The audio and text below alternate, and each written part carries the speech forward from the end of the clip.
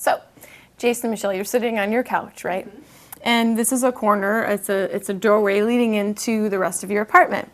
And what's formed here is a pretty sharp corner, and it's something that we call in Feng Shui a poison arrow.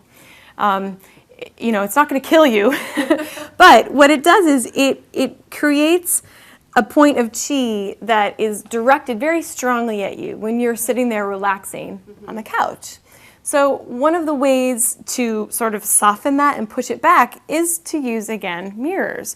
Now this mirror is actually the shape of an octagon, and so it is relative to the Bagua.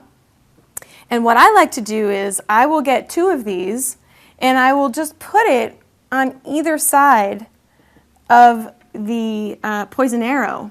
And essentially, I know before I said that mirrors expand the space. In this case, it's actually pushing that arrow back, so it's not going to come so strongly at you. So there would be one here, and then we would also put one here, and that would be a perfect cure to keep that chi from being so strongly directed at you.